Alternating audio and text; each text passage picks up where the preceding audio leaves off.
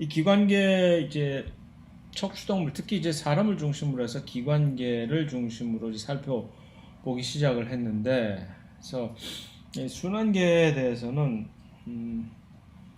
일단 우리 몸에다 이제 산소를 공급을 하고 이제 혈관을 통해서 혈액을 통해서 산소를 공급하고 또 소화기계, 이전에 봤던 소화기계에서 소화를 통해서 섭취한 영양분들을 이제 두루 몸의 각 지역에다가 분배를 하고 이런 식으로 해서 세포의 영양분 공급을 수행을 하면서 이렇게 또 기체 교환이라고 하면 산소를 이제 이 에너지를 ATP 합성을 위해서는 모든 부분의 미토콘드리아에서 산소를 필요로 하는 것이고, 그 다음에 그 유기호흡의 부산물로 이산화탄소가 발생했을 때 그 역시 이산화탄소도 전부 이 호흡기계로 사실은 결국 이제 호흡기계하고 순환기계는 그런 식으로 해서 밀접한 상호 유기적인 관계로 뗄래야 뗄 수는 없는, 같이 거의 일을 하다시피 밀접하게 연결이 되어 있다는 것을 우리가 알 수가 있고, 노폐물 제거라는 것은 또 역시 혈액을 통해 가지고서 특히 이제 대사산물 중에서 질소를 포함하고 있는 대사산물, 요소라든가 요산이라든가 하는 따위의 이런 노폐물들을 콩팥을 통해 가지고서 일단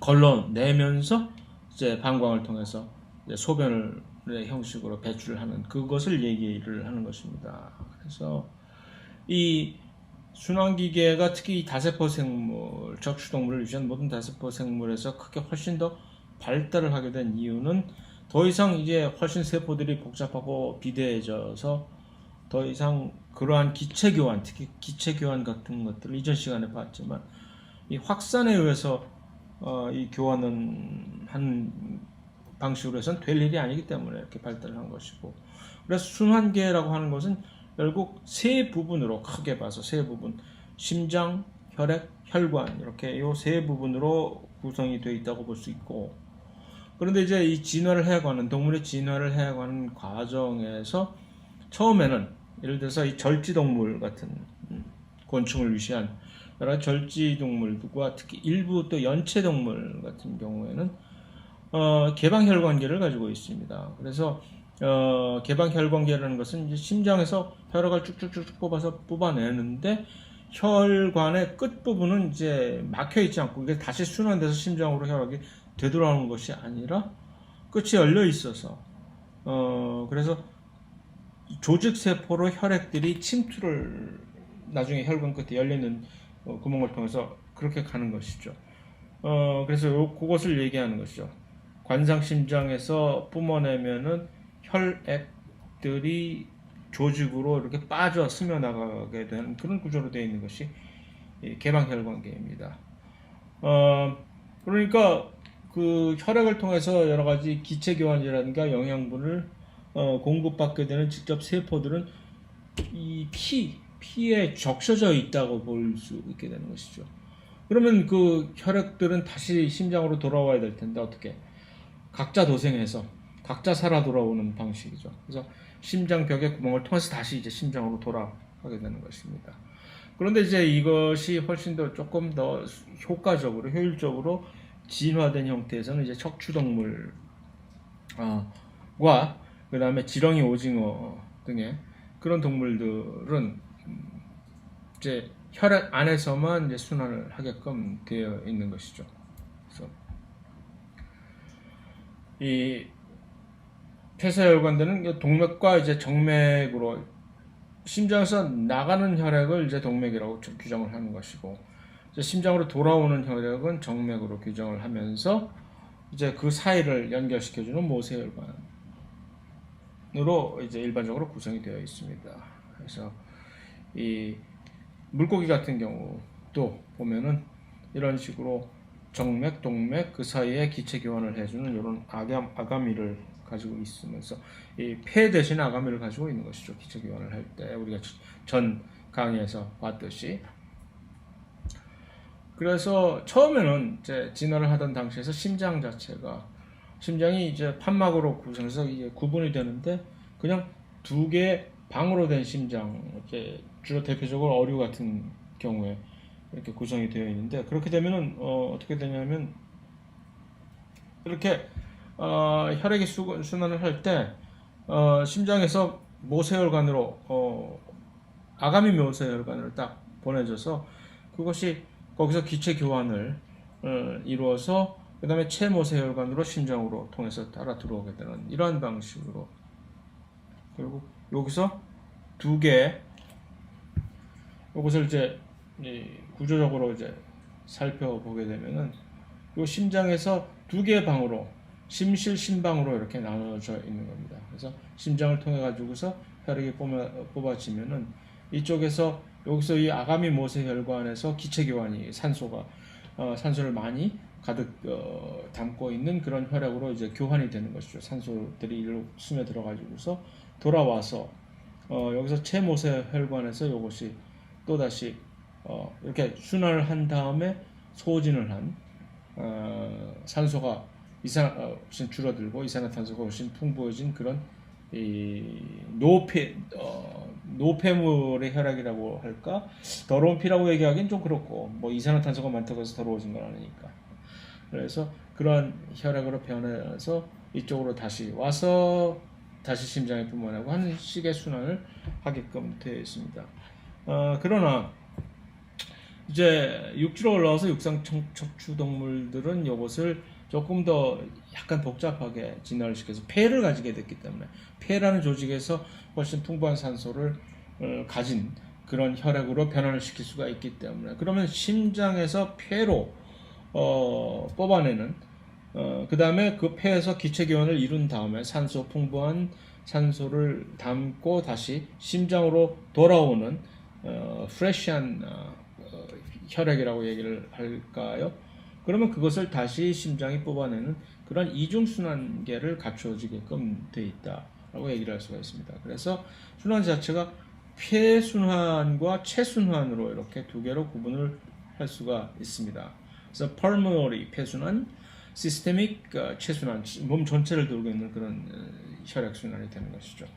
그래서 동맥과 정맥이 이제 이렇게 되면 왜냐하면 정의를 할 때 동맥과 정맥의 정의 자체가 심장에서 밖으로 방출되는 뽑아져 나가는 그런 피는 정의상 동맥이고 심장으로 들어오게 되는 혈액은 정맥혈관으로 규정을 하기 때문에 그렇기 때문에 이 폐의 경우에는 폐에서 이렇게 기체 교환을 이루고 심장으로 이렇게 들어오게 되는 정맥이 산소가 가장 풍부한 그런 혈액이 되고 우리 반대로 이 체순환의 경우에서는 이제 그 정맥은 이 산소를 이미 다 소진을 해버리는 그런 혈액이고 이제 동맥이 심장에서 나가는 동맥이 산소가 풍부한 그런 약간의 반대 현상을 가질 수밖에 없게 되겠죠. 이것이 그래서 이런 식으로 이것을 이제 폐순환, 허파 피부순환이라고도 얘기를 하고 우선 체순환이라고 하는 처음에는 이런 식으로 두 개의 심방과 심실 하나의 심실로 이렇게 나눠져 있는 그런 불완전한 구분을 가지고 있다가 이렇게 양사로 거북이 뱀 도마뱀처럼 심방을 아트리아라고 하고 심실은 요 밑에 있는 심장의 밑에 있는 쪽을 심실이라고 하는데 하나의 중앙에 있는 하나의 큰 구분된 방을 심실이라고 하고 위쪽에 있는 두 개의 심방만이 이제 구분이 되어 있는 그런 식으로 되어 있습니다. 그렇게 되면 근데 문제가 무엇이냐면은 그러니까 심방이 나눠져 있기 때문에 이제 폐로 이제 뽑아내는 그런 혈액과 폐에서 이제 심장으로 들어오는 혈액을 이제 구분을 할 수는 있겠으나 그러나 이제 허파로부터 심실로 이제 들어오게 되는 혈액이 섞이게 되기 때문에 그래서 아주 효과적인 그러한 효율적인 혈액 순환을 이루기에는 약간 조금 2% 좀 부족한 그런 순환계를 이제 장착을 하게 돼 있다고 얘기를 할 수가 있겠죠. 그래서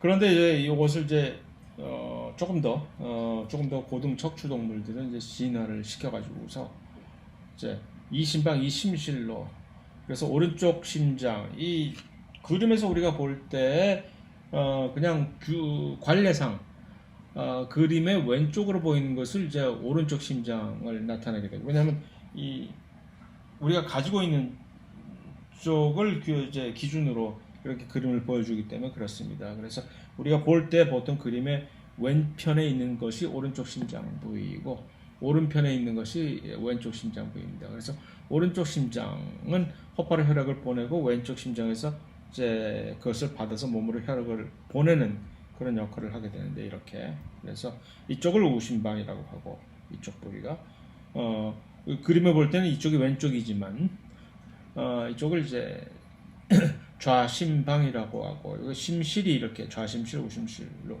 이렇게 구분이 되어 있는 것입니다. 그래서 우심방 쪽에서 혈액이 이제 허파로 가는 것이고, 그 심방을 이제 뽑아낼 때, 이것이 이제 심실을 거쳐서 허파를 가게 되는 것이고, 그 다음에 허파로부터 심실로 이것이 이제 들어와서 심방에서 이제 각 몸으로 뽑아져 나가게 되는 그러한 구조로 되어 있는 것이죠. 그래서 혈압 자체가 그러면은 이렇게 딱딱 각 방으로 칸막이 형식으로 구분이 되어 있기 때문에 혈압 자체를 높게 마치 밸브로 모든 것을 딱 잠가 놓은 듯한 그러한 구조이기 때문에 혈압을 높게 유지를 해 가지고서, 그렇게 되면 무엇이 좋으냐 하면은 혈액을 운반을 할 때 훨씬 더 효율적으로 각 부위에 운반을 할 수가 있기 때문에 특히 이것이 육상에서 살고 있는 그런 특히 정원동물들, 파충류 등의 이제 변온동물들이 아니라 정원동물들은 이제 혈액을 통해 가지고서 일정한 체온을 유지를 해야 되는 그런 동물들이기 때문에 특히 그런 정원동물들에게 이런 이심방, 이심실을 가지게 되는 것은 중요한 사안이다라고 얘기를 할 수가 있습니다. 그래서 여담이지만 공룡은 파충류이지만 파충류들은 전부 변온동물로서, 그런데 이 공룡의 일부 학자들은 계속 주장을 하기에 공룡이 그러한 큰 몸집을 변온동물, 왜냐하면 변온동물이기 경우에는 외부의 기온이 변하는 대로 체온이 따라서 이렇게 물 흐르는 대로 시류에 적응하듯이 그렇게 따라가기 때문에, 그래서 기온이 조금만 낮아져도 이 변온동물들은 이제 몸이 이렇게 원활하게 대사 적용을 활발하게 할 수가 없습니다. 그렇기 때문에 큰 몸집을 특히 유지하기가 그렇게 이제 쉽지가 않은데, 그래서 공룡은 파충류임에도 불구하고 정원동물이었을 것이다라고 주장하는 학자들이 있습니다. 어쨌든 그래서 그만큼 이제 체온을 일정하게 유지를 하게 되는 정원동물들에게는 이 이심방 이심실 구조를 통해서 혈압을 높게 유지를 해서 혈액 순환을 원활하게 해주는 것이 매우 중요하다는 얘기이고, 특히 그래서 이제 심방의 기능들은 주로 혈액을 심실로 내보내게 되기 때문에 그다지 큰 물리적인 힘을 그래서 크게 발휘할 이제 이유는 없으나, 이제 심실의 경우에는 이 허파라든가 또는 다른 신체 부위로 직접 이제 수축을 해서 이렇게 펌프를 해야 되는 직접적인 그런 장소이기 때문에 심실의 벽은 심방의 벽보다 훨씬 두껍게 이렇게 튼튼하게 훨씬 더 방벽을 가지고 있어야만 되는 구조이다라고 하는 것입니다. 그래서 그러한 혈액 순환을 과정으로 이렇게 요약을 한 것입니다. 여러분들로 가지고 있는 그 강의 요약에. 그래서 이런 식으로 이제 각각의 요 칸막이 구실을 해주고 있는 이러한 것을 이제 방실판이라고 하는데, 이것이 액체가 꼭 차게 되면은 그 애갑으로서 방실판이 그제서 이렇게 딱 열리게 돼서 이제 심방에 있던 혈액이 심실로 흐르고, 그 다음에 심방이 수축을 그때 하게 되고, 그러면 심실의 애갑이 급격하게 증가를 해서 그러면 심실이 이제 또 수축을 하게 돼서 이런 식으로 혈액이 밖으로 흘러가게 되고 하는 식의 그런 상식적인 그러한 액체 이동과 그 순환을 이제 조정을 해주는 그런 구조로 되어 있겠죠. 그런데 일전에 봤던 요란 박동, 그러니까 이 심장이라고 하는 엄청나게 많은 수의 여러 가지 다양한 근육들이 모여서 하나의 기관을 만든 요 심장 기관에서, 그러면 심장이 이제 수축을 하는데 그것을 우리는 심장 박동이라고 이제 감지를 하게 되는데, 심장이 특이한 점은 심장 수축, 근육, 골격근 같은 경우 또는 평활근 같은 경우도 마찬가지이지만 이제 수축을 하는데 어떤 신경세포들이 전부 연결이 되어 있어야 되는 것이죠. 그러면 이 모든 근육들의 신경세포들이 이렇게 다다닥 전부 연결이 되어 있는가? 그렇지가 않고 심장은 좀 특수한 형식으로 되어 있습니다. 그래서 이 심장의 경우에는 모든 이 부위에 수축을 하는 이 근육들의 모든 부위에 신경들이 이렇게 딱 연결이 되어 있어서 그 수축을 조절하는 것이 아니라 이 심장의 어느 일부 부위에만 신경세포가 딱 연결이 되어 있으면서 그 신호를 아주 일종의 싱크로나이즈를 시킨다고 얘기를 할 수가 있죠. 그거를 아주 효율적으로, 획일적으로 그 부위에서 모든 각 심장 근육의 부위에 이렇게 쫙 전파를 할 수 있는 아주 특이한 구조로 되어 있습니다.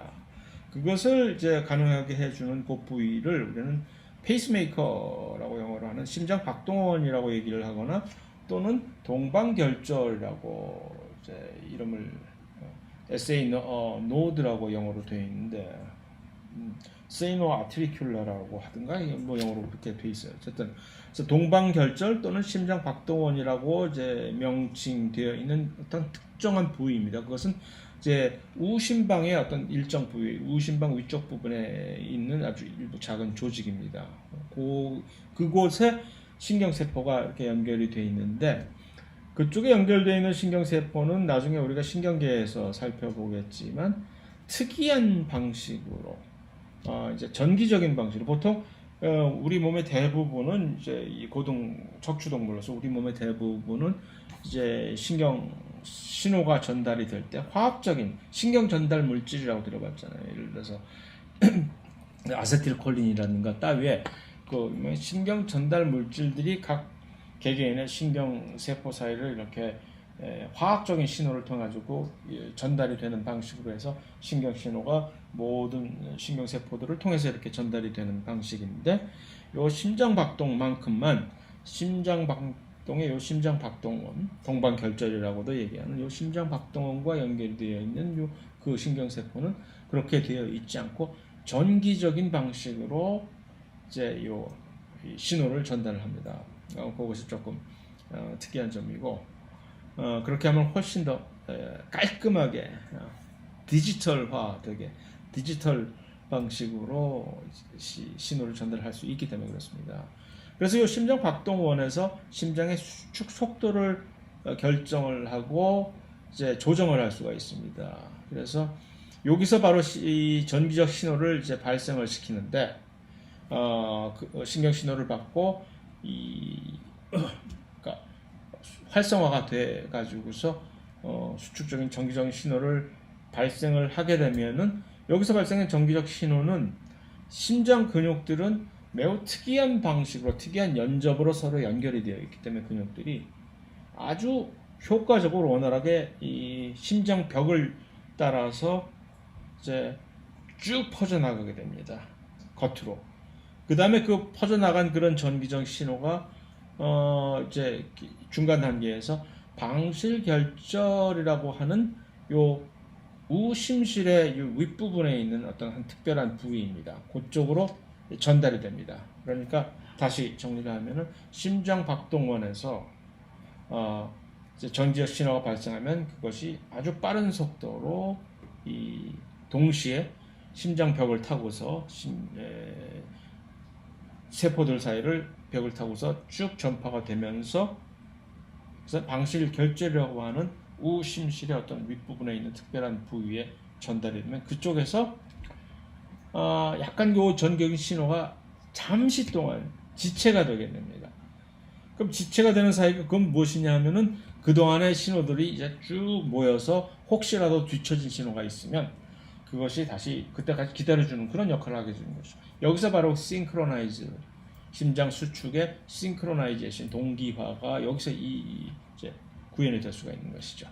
그것이 요 동방결절이라고 하는 또는 심장 박동환 요 부위에서 이렇게 정기적 신호가 이렇게 발생을 하면 이것이 일단은 쭉 흘러서 이 부위로 이렇게 쭉 흘러나가게 됩니다. 이렇게. 그래서 이 특별한 근육으로 이렇게 전파가 된 다음에 이것이 이제 방실결절로 도달을 하게 되면은 이렇게 그러면 여기서 이제 이렇게 이 신호들이 이제 방실결절로 도달을 한다는 얘기죠. 그러면 여기서 이제 일종의 조금 기다렸다가 동기화가 이루어지면서 그 신호가 쭉 특수화된 근육 섬유를 타고 이 전체로 이렇게 심실 전체로 쭉 퍼져서 여기에 전체적으로 이제 모든 신호가 쫙 동시에 퍼지게 되죠. 그 얘기는 이 전체가 심실 전체가 수축을 쫙 할 수가 있게 된다는 얘기죠. 그것을 이제 심전도라고 하는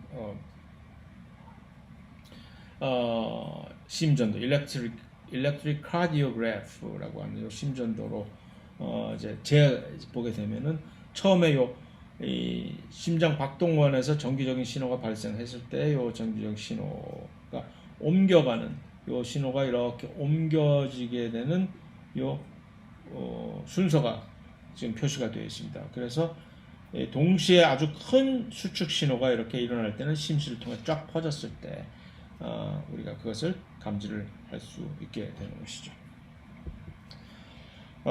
그래서 그런 식으로 해서 이제 특별한 심장의 특별한 부위에서 이제 심장 수축을 동시에 이렇게 조절할 수 있는 그런 기능을 수행을 해줘서 심장에서 혈액이 이렇게 쭉 순환을 하게 되면 혈관을 통해 가지고 혈액들이 이렇게 쭉 이동을 하게 되는데 혈관이라는 것은 어떤 식으로 이제 구성이 되어 있는가 살펴볼 것 같으면 이것은 이제 내피세포라고 이름이 되어 있는데 이것은 상피세포와 똑같은 동일한 것입니다.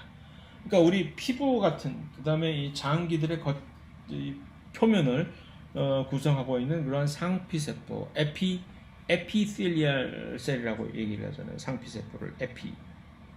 그런데 그것이 그렇게 바깥에 있지 않고 안쪽에 그와 같은 종류의 세포들이 있다고 해서 이것을 조금 더 특별하게 엔도라고 안쪽이라는 뜻이잖아요. 엔도텔리얼 셀이라고 이름을 지어주는데 엄밀한 의미에서 사실은 상피세포하고 동일한 조직입니다.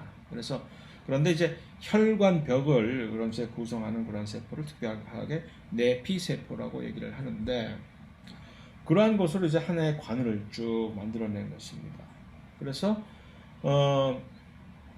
그다음에 이 혈액도 이제 혈관도 가만히 이렇게 움직이지 못하는 그런 관 구심만 수동적으로 하는 것이 아니라 혈관 자체가 이렇게 수축을 해가지고서 혈류를 조절을 하기도 하고 또는 혈관이 어떤 경우에는 이렇게 넓어지기도 하고 나중에 우리가 면역계에서 보게 되겠지만 그다음에 이제 좁아지기도 하고 이제 수축으로 그래서 그러한 근육 이제 얘는 수축을 조절하는 근육이 있겠죠. 그 근육은 역시 무엇이냐? 그러니까 우리가 의식적으로 그것을 수행하지 않아도 그것을 수축을 수행하게 되는 그런 평활근들이 수축을 하게 되는 것이죠. 왜 골격근과 평활근이라고 하는 그 근육들은 수축이 이런 식으로 서로 다르냐라고 묻는다면, 그러니까 골격근들은 수축이 우리가 이미 의식적으로 알고 있는 상태에서 전부 수축을 하는 것이고, 평활근이라고 하는 그런 근육들은 우리가 전혀 의식하지 못하는, 우리가 심장은 물론 평활근이 아니지만 위가 수축을 한다든가 또는 장이 수축을 한다든가 관략근이 수축을 한다든가 뭐 하는 그런 경우 우리가 의식적으로 하지 못하잖아요.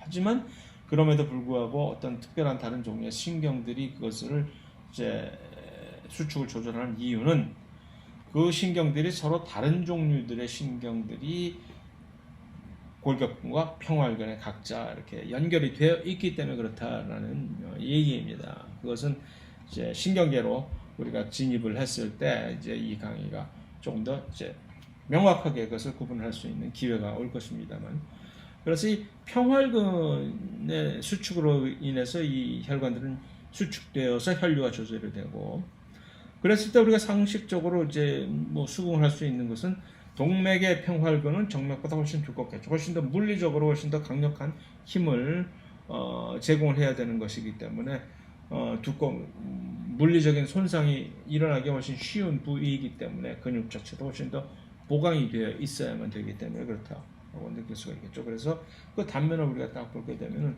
혈관이 이렇게 딱 돼 있으면, 그것은 그렇기 때문에 여기서 상피라고 이 그림에서는 또 표현이 되어 있잖아요. 요 혈관 자체를 이루는 요 상피세포 또는 내피세포라고 하는 요 세포들은 이렇게 하나의 한 층의 조직으로, 사실은 세포들이 아주 만두피처럼, 우리가 만두피 만들 때 이 동글동글한 이 밀가루를 짜부시켜 갖고 돌돌 말아서 납작하게 만들어서 이렇게 돌돌 말잖아요. 하는 것처럼 두 개의 상피세포가 하나의 관을 이루기 위해서 두 개의 상피세포가 서로 이렇게 마주보고 이렇게 연접을 하게 되면 하나의 관이 생기듯이, 이렇게 그것이 계속적으로 기차들을 연결시키듯이 연결을 하는 식으로 해서 이 내피 세포들이 하나의 혈관을 이루는 것입니다. 근데 그 바깥쪽에는 이렇게 평활근들이 둘러싸 있어가지고서 이것들을 이제 수축을 조절을 하겠지요. 그런데 여기서 보듯이 동맥은 평활근이 훨씬 두껍고 이 정맥보다, 그 다음에 그 수축을 담당하는 근육 평활근 바깥쪽에는 이 여러 가지 결합 조직들이 이렇게 콜라겐들이 풍부한 세포 바깥에 그런 결합 조직들이 이것들을 둘러싸고 있고, 그 다음에 그 바깥쪽에는 또 역시 이제 일종의 이 골격근들도 같이 연결이 되어 있습니다. 그래서 이것이 동맥과 정맥의 대차적인 구성이고, 그 동맥과 정맥을 연결시켜주는 아주 작은 실핏줄이라고 하는 그런 모세혈관들은 그러한 평활근 결합 조직들과 들에 의해서 둘러싸여 있는 것이 아니라 그냥 혈관을 이루는 이 내피세포들만으로 이렇게 연결이 되어 있는 아주 거미줄처럼 잔가지로 서로들 간에 이런 식으로 가지처럼 연결이 되어 있습니다. 그래서 좀 전에 얼핏 언급을 했는데 골격근 역시 이 주변부에 같이 연결이 되어 있다라는 얘기는 어떤 의미를 가지느냐 하면은, 그래서 골격근 역시 어떤 경우에는 이 골격근의 수축에 의해서 혈류 조절이 도움을 받기도 합니다. 특히 우리가 심장에서 아랫부분에 중력을 관점으로 볼 때 심장에서 아랫부분에 있는, 예를 들어서 종아리 근육이라든가 할 때 그때 그런 골격근들은 훨씬 이 정맥이 중력을 거슬러서 정맥이 이제 심장으로 돌아오려면은 위로 이렇게 올라가는 그 힘을 이제 얻기가 쉽지 않을 텐데, 그때 골격근들이 수축이 되면서 그것을 스퀴즈 한다고, 영어로 짜버리는 거지, 혈액을. 골격근들이 수축하는 그 여파로 혈액 자체가 이렇게 쭉쭉 이제 조여지는 거죠. 그래서 그 힘으로 올라갈 수 있게 되는데, 그때 이제 정맥에서, 특히 정맥에서 이것이 중요하게 되겠죠. 그런데 이제 정맥에서 각각의 정맥을 중간중간 사이에 이렇게 밸브 구실을 해주는 이 판막은 어떤 구실을 해주냐 하면은, 이럴 때 예를 들어서 하나의 큰 위아래가 이제 뚫려 있는 그런 관이 이렇게 수축을 시킨다고 할 때 중간으로 이렇게 딱 쥐어짜가지고서, 그럼 그 안에 있는 액체가 위로도 갈 수 있고 아래도 갈 수 있고 쭉 빠지게 되잖아요. 그럴 때 밑에 있는 판막은 딱 닫혀 있는 상태에서 위에 있는 판막만 열려 있는 상태에서 이것이 이제 딱 짜지게 되니까 모든 그 안에 있는 액체가, 혈액을 얘기하는 거죠. 그래서 액체가 위로만 올라갈 수 있게끔 해서 이 혈액의 역류를 방지를 하게 해주는 그런 기적도, 그 그림이 바로 이것입니다. 그래서 골격근들이 이렇게 수축을 할 때 위의 판막은 열리고 아래 판막은 닫히는 식으로 해서 정맥의 심장 위쪽으로, 이렇게 심장을 향한 위쪽으로 혈액이 이동을 할 수 있게끔 해주는 것입니다. 자, 동맥과 정맥이 그렇게 되어 있는데 그 중간을 이어주는 이제 모세혈관에서 사실은 거기가 바로 장마당입니다, 사실. 그래서 실제적으로 이제 기체 교환이 일어나고 또는 영양분들의 그런 교환도 여기서 실제로 일어나는, 영양분과 노폐물의 교환도 여기서 일어나게 되는 것이죠. 그래서 이 모세혈관은 아주 이 반경이 좁은 작은 가는관으로 되어 있어서 실제로는 모세혈관을 보면은 적혈구 하나 세포가 겨우 간신히 통과할 수 있는 크기. 이기 때문에 이 주변부의 이 조직들과 훨씬 그만큼 그래서 표면적이 증가돼서 그런 교환을 훨씬 더 효율적으로 이룰 수 있게끔 해주겠죠. 그래서 실제 사진을 보면 적혈구 하나가 모세혈관 이 지름을 겨우 통과할 수 있을 정도의 작은 좁은 그런 지름으로 되어 있습니다.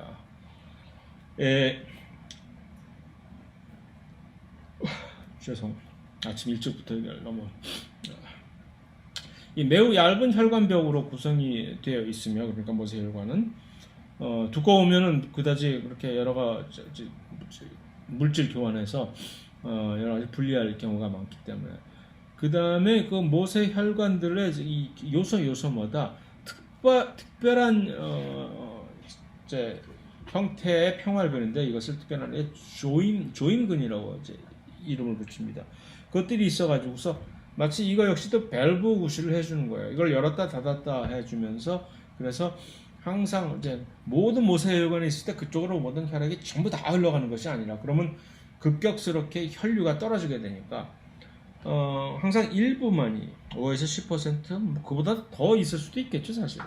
그래서 그 혈액만이 모세혈관을 일단 일전 기준 순간에 흐르도록 이렇게 조절을 해놓습니다. 무슨 얘기냐면은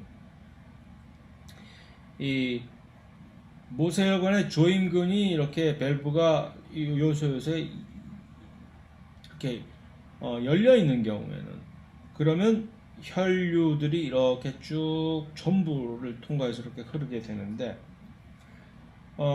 이 조임근들을 여기서 딱 닫게 되면은 각각의 모세혈관으로 혈류가 흘러가지 않고 하나의 주관으로만 이렇게 혈류가 흐르게 돼서 이것을 조절을 한다는 얘기죠.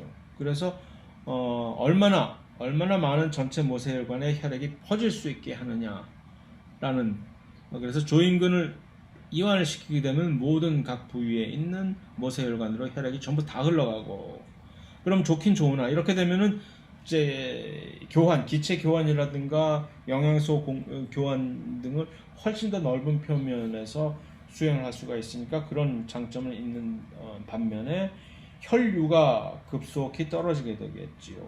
그렇죠?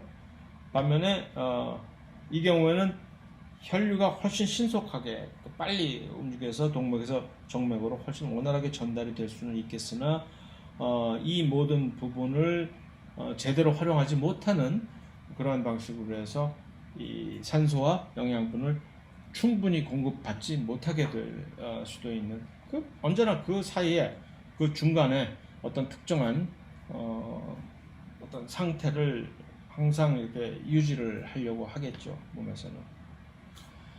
그래서 이것이 이제 혈액을 통한 물질 교환의 사실은 요 메커니즘을 설명하는 일종의 하이라이트인데 그렇다면 정말로 모세혈관 벽을 통해서 물질 교환은 어떠한 방식으로 수행이 되는지를 살펴보고자 합니다. 여기서 그래서 이 모세혈관을 통한 물질의 교환이라는 것을 우리가 어떻게 봐야 되느냐 할 때 이것은 혈액은 하나의 이제 주체로서 물질을 이제 산소를 받고 혈액에서 동맥에서는 그다음에 영양분을 받고 소화가 돼서 이제 조직에 이제 공간에 녹아 있는 그 영양분을 받고 그다음에 정맥에서는 반대로 이 이산화탄소를 받고 노폐물을 혈액에서 이산화탄소를 이제 받는 것이죠. 이산화탄소를 던져버리고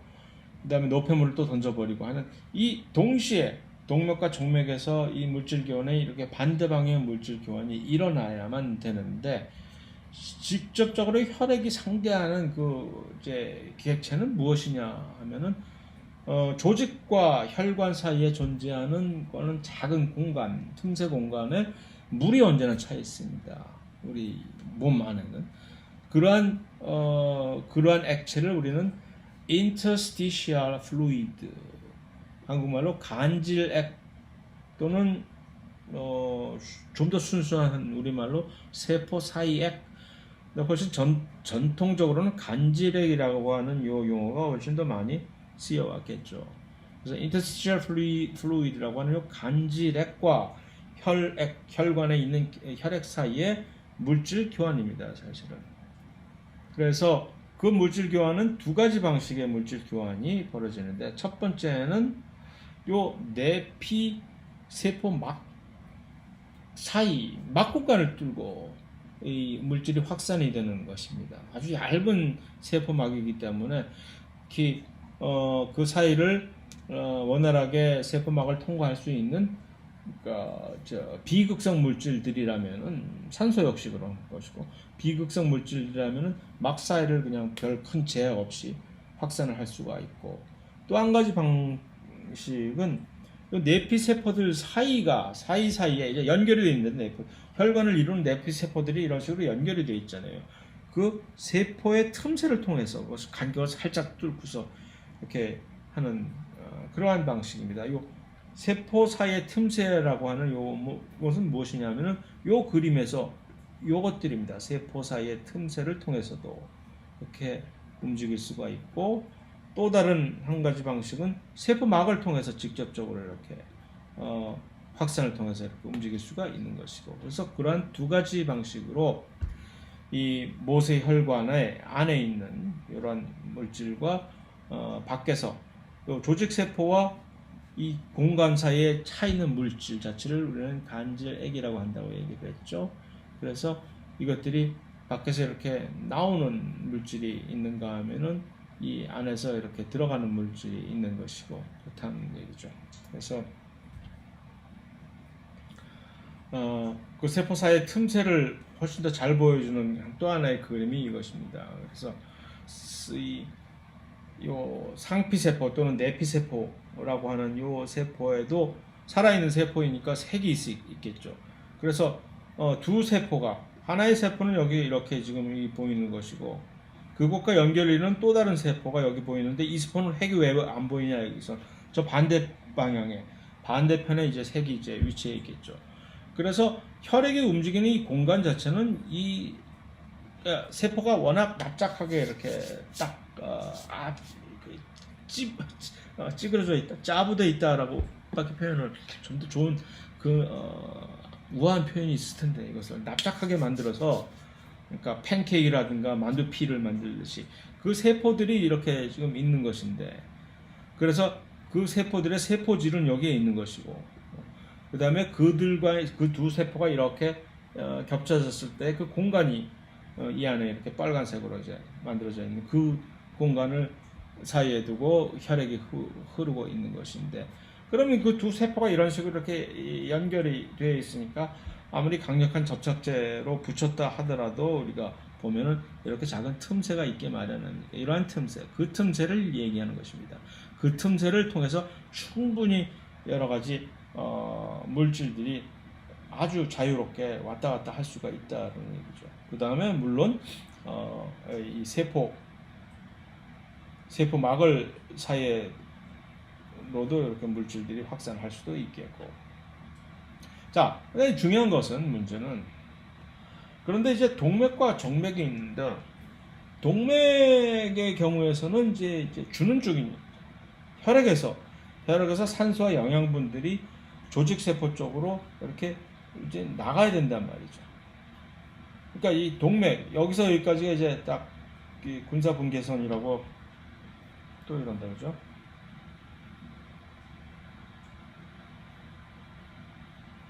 군사분계선이라고 딱 생각을 한다면은 천천히 해야 이것이 군사분계선.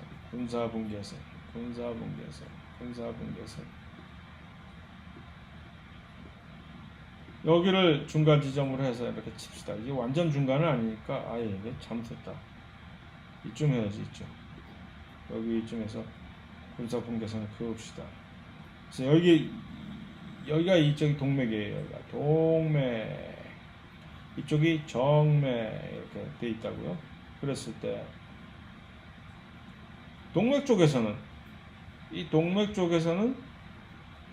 물질들이 혈액 안에서 바깥으로 지금 빠져나가는 거니까, 물질들이 이렇게 바깥으로 빠져나가야 돼요. 그래서 그 산소와 영양분들이 이렇게 이 간질액 속으로 이렇게 있어야 그 다음에 이 그런 산소와 영양분들이 조직세포 쪽으로 이렇게 확산이 돼서 들어갈 수가 있겠죠. 근데 반면에 정맥 쪽에서는 그 노폐물들이 안으로 이산화탄소와 또 다른 뭐 질소 노폐물 따위 그런 것들이 이 안으로 들어와야 된단 말이죠. 그런데 지금 제가 이렇게 중간을 이렇게 임의로 분계선이라고 얘기하면서 이렇게 긋긴 했지만 혈관 자체가 이런 식으로 어떤 칸막이가 동맥, 여기서부터는 동맥이고 요 군사분계선을 지나가면 정맥입니다라고는 어떤 특별한 선이 있는 것도 아니고 이 모세혈관 사이에서 얘기를 하는 겁니다. 모세혈관 안에서 중간을 반을 경계를 나눠가지고 이런 식으로 돼 있는 것도 아니고 어떻게 알고 이들이 어느 특정한 지점에서 여기까지는 물질이 혈액 안에서 바깥으로 이렇게 나가고 조금만 지나가니까 한 발짝만 나가니까 물질들이 더 이상 그러지 않고 반대 방향으로 이제는 물질들이 세포 조직에서 간질액에서 혈액 안으로 이렇게 흘러 들어오게 될까? 이게 어떠한 메커니즘에 의해서 이것이 구현이 되는 것일까? 라는 것을 이 그림이 이것을 설명을 해주고 있는 것입니다. 이 그림을 잘 들여다보면은 언제나 그림을 설명을 하라고 할 때는 그러한 이제 이 과제가 주어지게 되면은 그림에 일단 먼저 전체를 살펴보면 그림에 특히 이 레이블이라고 하는 이 레이블들을 잘 읽어가면서 이 그림을 어떤 식으로 설명을 해야 될지를 나름대로 구상을 하는 것이 가장 첫 번째 수행할 단계라고 생각을 합니다. 그래서 이것도 잘 읽어보면 여기에 조직세포가 있고 그럼 이 안이 지금 간질액이겠죠. 여기가 간질액, 여기가 혈액. 그런데 이 안에서 무엇이 지금 이 그림에서 무엇이 다른가? 일단 혈압이라고 하는 것은 이제 방향이 화살표가 방향으로 되어 있다는 혈압이라고 하는 것은 심장을 통해 가지고서 압력이 전해져 가지고서 그 혈압이라고 하는 것은 이렇게 외부로 힘이 가해지는 그런 방향의 힘이겠죠. 근데 그 혈압이라고 하는 것을 봤을 때 화살표 자체의 크기로 가늠해 보았을 때 우리가 아까 이 군사분계선을 사이에 두고 혈압이 동맥 쪽에서 동맥 사이드에서는 훨씬 크고 정맥 사이드에서는 훨씬 작아졌죠. 이것이 왜 그럴까? 혈압이라고 하는 것은 지금 심장에서 이 제공해준 그런 한데 물리적인 프레셔, 압력인데 거리에 반비례 할 거 아니에요. 우리가 지난 시간에 봤듯이 제가 직접 여기서 하진 않았지만 이전 강의에서 살파를 했듯이 그렇기 때문에 조그만 거리가 멀어져도 이것은 훨씬 그 혈압은 급격하게 이제 감소를 하게 되는 것이죠. 그런데 그와는 대조적으로 삼투압이라고 하는 이 압력은 언제나 이 간질액에서 혈관 쪽으로 이렇게 향하는 그러한 압력인데 왜 이것은 왜 그럴까요? 왜 삼투압이라고 하는 압력은 왜 바깥쪽에서 혈액 쪽으로 안쪽으로 혈관 안쪽으로 항상 이렇게 들어오려고 하는 방향으로 가지고 있을까요? 삼투압은 어떤 용질의 농도에 의해서 결정이 되잖아요. 혈액 안에 있는 녹아있는 여러 가지 이 전해질과 혈액 밖에 있는 간질액 속에 녹아있는 그런 전해질과 어느 쪽이 훨씬 농도가 높을까요? 이 피는 물보다 진하다는 말이 거기서 나오는 얘기죠. 그래서 피가 훨씬 진할 거 아닙니까? 짜잖아요, 훨씬. 그러니까 이 간질액이라고 하는 액체는 언제나 이 안쪽으로 삼투압에 의해서 이 용질의 농도가 높은 쪽으로 이 액체가 이동을 해야 될 테니까 그래서 삼투압은 항상 이쪽 방향으로 더더군다나 이 혈액 안에 녹아 있는 어떤 특별한 이 용질의 전체적인 농도가 이렇게 요 사이를 두고 그렇게 큰 차이가 없는 관계로 이 삼투압은 항상 정맥 쪽과 동맥 쪽을 비교를 했을 때 둘 다 거의 일정한 그러한 크기의 삼투압이 항상 간질액 쪽에서 혈관 쪽으로 이렇게 이제 가려고 하고 있겠죠. 그러면 여기서 변한 것은 무엇입니까? 요 간발의 차이를 두고 변한 것은 급격하게 변한 것은 혈압, 거리에 반비례하는 요 혈압이 훨씬 줄어들게 되는 것이죠. 그렇다면 여기서 압력 차라는 얘기는 무슨 얘기냐면은 자, 삼투압은 항상 바깥쪽에서 간지력 쪽에서 이렇게 이 혈관 안으로 들어오려고 하는 그 힘에 편승해서 어떤 물질이 너 가는 길에 이걸 내 것 좀 실어줘 해서 그 힘에 편승해서 어떤 물질들이 있었다면 삼투압을 통해서 이 안으로 같이 묻어 들어올 수가 있었겠죠. 그러나 이쪽 동맥 쪽에서는 그것을 상쇄하는 네가 어딜 감히 하는 그것을 상쇄하는 훨씬 더 큰 압력인 반대 방향의 혈압이 존재하기 때문에 이 힘이 발휘되지 못하고 실제적으로 이 안쪽에서 있는 물질들이 바깥쪽으로 혈압에 의해서 나가게 되는 그러한 일이 발생을 하겠죠. 혈압이 삼투압을 이겨내니까. 그래서 그 압력차에 의해서 액체가 밖으로 이동하면서 그 안에 녹아있던 그런 물질들이 밖으로 나가게 되는 그러한 일이 발생하게 되는 겁니다. 액체가 밖으로 이동한다고 돼 있으니까 이건 피가 밖으로 새는 거예요? 그게 아니라 피라고 하는 그 빨간색 피라고 하는 것은 적혈구에 의해서 우리가 이제 감지를 하는 것인데 그 적혈구 세포는 세포인데 이 세포막을 도저히 뚫고 나갈 수가 없죠. 못 나갑니다. 그러니까 그 혈장이라고 하는 그 액체만이 이 밖으로 이렇게 혈압에 의해서 같이 묻어 나가면서 그 안에 녹아있던 산소 플러스 영양분들이 밖으로 나가는 것이죠. 그런데 조금만 더 지나서 정맥 쪽 이 측에 이게 사이드에 오게 되면은 이 혈압이 떨어졌으니까 이제 드디어 그동안 복수의 칼을 갈고 있던 삼투압이 이제 맛 좀 봐라 하면서 아주 보잘것없게 된 혈압을 이제 눌러서 삼투압이 이제 우세하게 되니까 이제는 압력 차에 의해서 이제 물질들이 안으로 이동을 하게 되는 것입니다. 그래서 이 안쪽으로 이제 화살표가 이렇게 되어 있죠. 그래서 그것을 기회로 이제 이산화탄소라든가 또는 노폐물이라든가 하는 것들이 그 압력 차에 의해서 삼투압을 이제 등에 업고 이렇게 안으로 들어오게 돼서 그냥 자동적으로 기체 교환이 산소 나가고 이산화탄소 들어오고 영양분 나가고 노폐물 들어오고 하는 식으로 이제 이것이 조정이 되는 그런 과정입니다. 그래서 그것을 글로 표현할 때는 이런 식으로 구차하게 장황하게 얘기를 하게 되는데 그림으로 깔끔하게 설명을 할 수가 있는 것이죠. 그래서 모세혈관의 혈압 자체가 간질에게 삼투압보다 높을 때는 이제 물질이 바깥으로 나가는 것이고 반대로 혈압보다 간질에게 삼투압이 높을 때는 이제 밖에서 안으로 들어오게 되는 것이고 그렇다는 얘기죠. 그런데 이 균형 자체가 깨지게 된다면 삼투압 자체에 사실은 균형이 깨지게 되는 거죠. 삼투압이 일정하게 되는데 그러지는 못하게 될 경우 삼투압이 훨씬 작아지게 되는 경우가 있습니다. 간질에게 삼투압이 작아지게 되는 경우가 흔히 이런 경우가 이제 많은데 이 균형이 그렇게 되면 이것을 우리는 부종 이디마라고 영어로 얘기하는 이 부종이 발생하게 됩니다.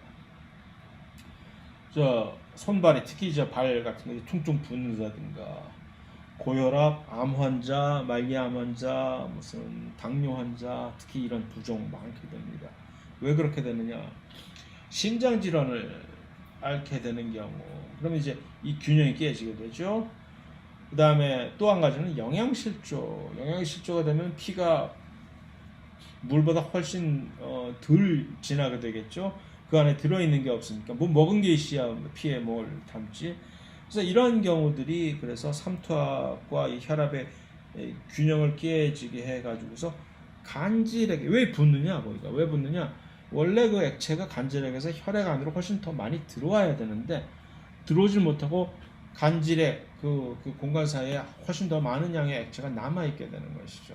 그러면 그것 때문에 이제 퉁퉁 붓게 되는 거예요.